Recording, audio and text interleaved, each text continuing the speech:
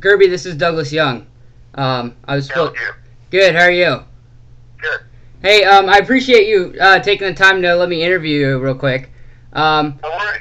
I just have to do it for a project for school, and we need to pick a person like that like we'd like to follow in their footsteps and in the career you want to go in. And I want to be a pilot when I get older. So, and I like what you do. I think it's awesome.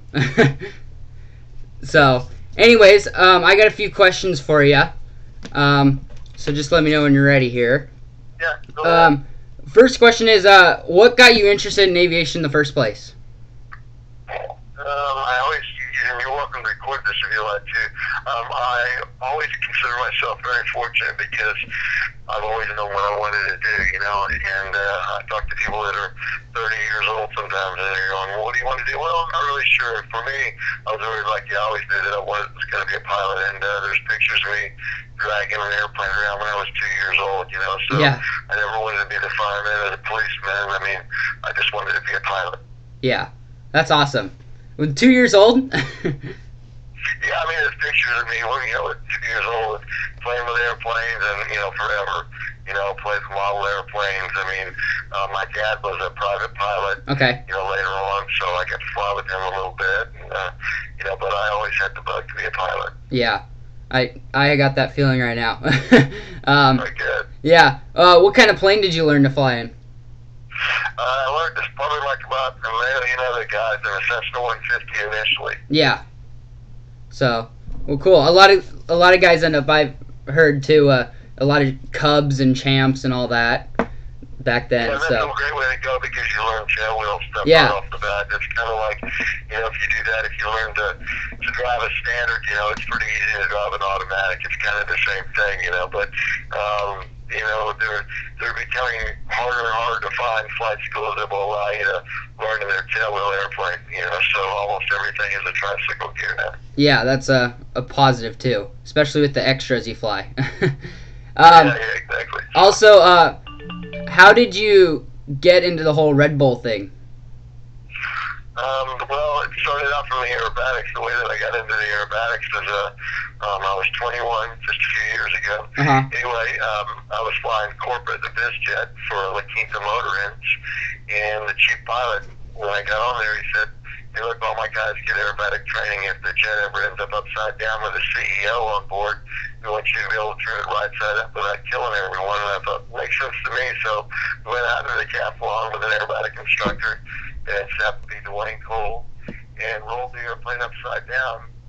And for me, it was like, like changing my whole life, because I was like, wow, this is the coolest thing ever. I was already kind of, sort of bored flying straight and level anyway, and so that became my new passion, and that's everything went towards that. Yeah. And then so as soon as I could afford an aerobatic airplane, as soon as I got on the airlines, I bought a Pitts and flew that for a while, and then I flew it all the way up to the unlimited category, and realized that a Pitts was not competitive in the unlimited category, so I hooked up with Zivco Aeronautics. They built I got the first Edge 540, and I've been with them doing all their test flying and everything since 1993. Wow. And throughout how the airplanes evolved. But anyway, so then that led me to winning, and I won 5 national championships, and the world championships in the freestyle, and it was ranked 1 through 15 and the world standings, and Red Bull called, and the way that their thing was set up to take something that's going to be pretty dangerous and try to turn it into somewhat relatively sane. The only way you can do that is you got to balance it with experience. So initially, you were 1 through 15 in the world standings, or you weren't even invited to participate in the Red Bull Air Race. Yeah. And so since I was the only American in 1 through 15 at the time, then I was kind of the automatic one coming from the States. Yeah. Wow. So you were what rank? So what number were you ranked out of them all then? Then I was ranked 5 Okay. in the world at the time. Wow. And you just worked your way up the ranks throughout just aerobatic flying and all that? Well, yeah, I mean, because, a lot of that, the racing stuff, I mean, when you stall the airplane and you're only, a few feet above the water, then Yeah. you will, because you're pulling on it really hard and trying to get everything you possibly can out of this airplane. I mean, you better know what you're doing, and when it pops upside down, going 200 miles an hour, you better remember that you got to push forward instead of pull back. Yeah. It's only a fraction of a second, you're dead after Exactly. that. So, we were flying into bridges and racing and, doing crazy things, and so they said, to keep it somewhat sane, we need to go ahead and, the only guys that are going to be allowed to participate are the best in the world. That's Yeah. it. Wow. I mean, so have you came close to a few incidents? Oh, yeah, I mean, I hit the water at about 180 miles an hour in China. I had Jeez. a control failure. It's, to put it in layman's terms, the ailerons, they had locked up the day before. When I broke the center hinge on them, I got it on the ground. My technician back then said, hey, we don't have the parts to fix this, but we can basically use something from the Russian team. They've got the right hardware. We can drill the back of the spar.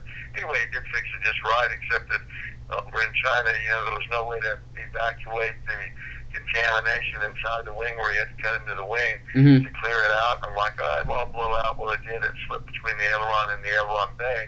So right at like the worst time, or depending on who you talk to, best time ever, the aileron's locked up, and it's, to put it in layman's terms, it's like going down the road at 180 miles an hour, and you got the corner coming up, you got to make this turn, and you grab the wheel, and you go to turn the wheel, and the wheel won't turn.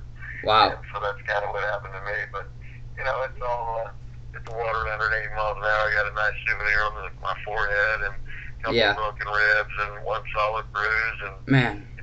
survived. So everybody was always like, man, you're really lucky. I'm like, man, really lucky it wouldn't happen, sort of like you survived. So I'm sort of like... Yeah. Well, I noticed the last guy who hit the water, I saw he clipped the water with his wheel.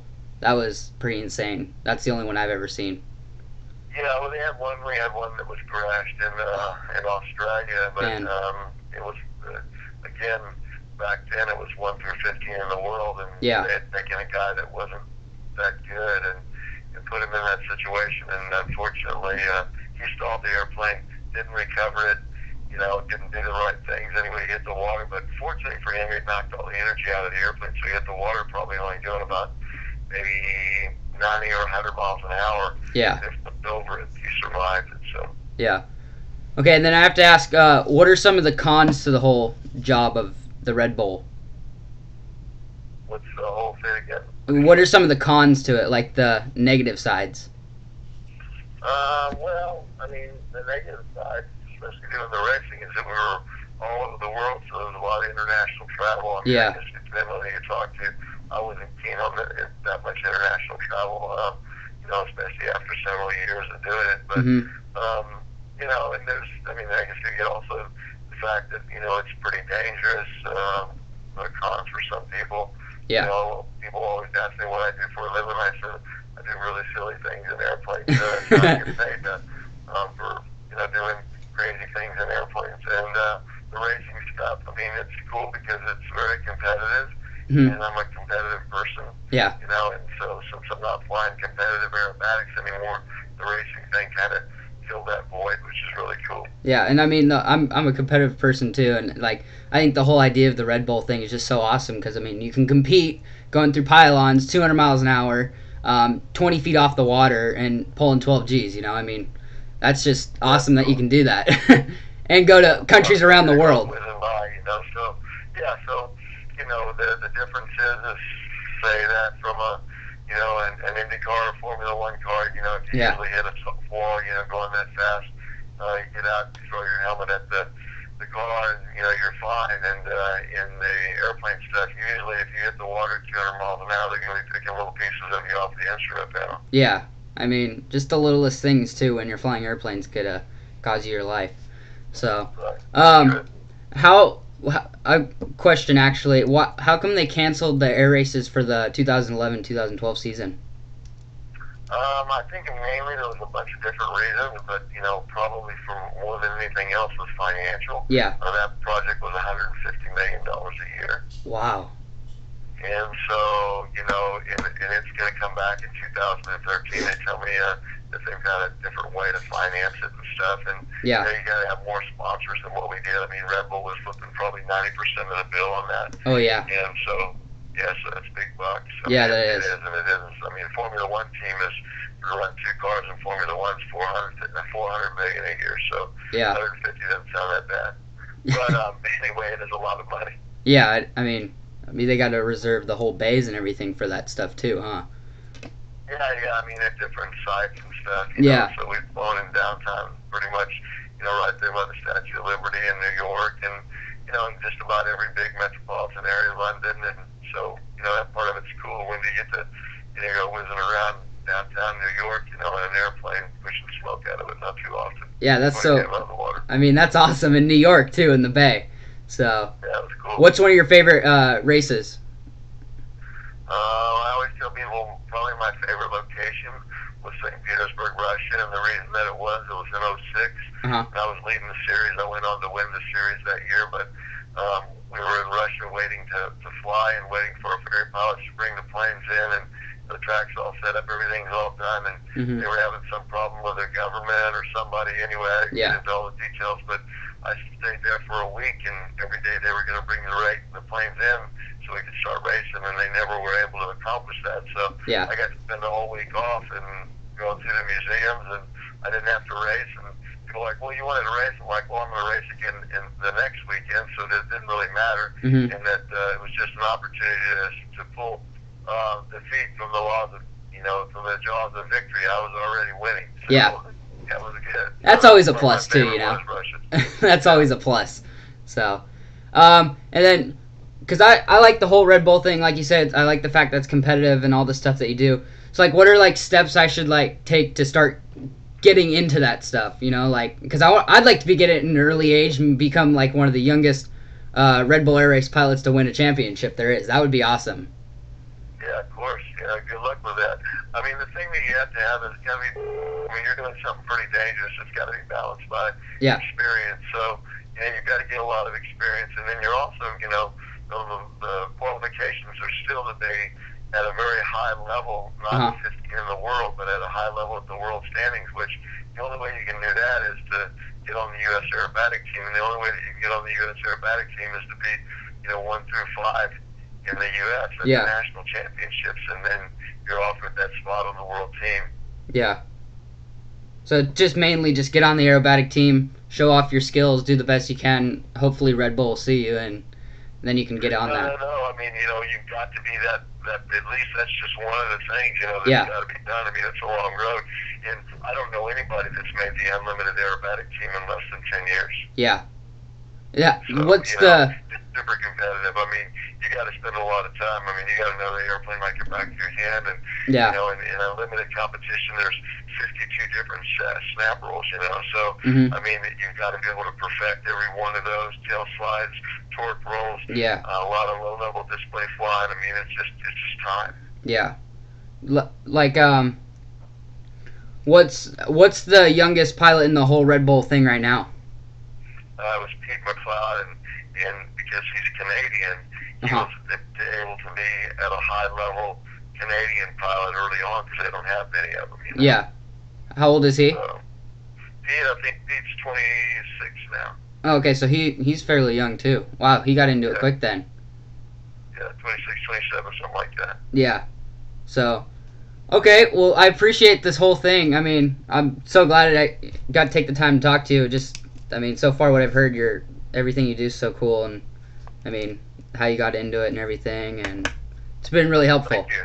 Well, it was nice talking to you, too. Good luck with it all. Yeah, I will. And maybe I'll come see your air show one time. When are you out in California again? We're at Miramar in October. Oh. So that's San Diego. Yeah. Then I'll also be flying at the Laguna Seca at the Formula, or the MotoGP. I'm the only performer there. I performed there before the race. And, okay. I think we have one more. But, yeah, probably San Diego at Miramar. Yeah, well, I've seen you perform on YouTube and all that, but not in person, so I hope sometime soon I can. So. All right, sounds good. Nice talking to you. Have a yeah, good day. You too. Thanks so much again.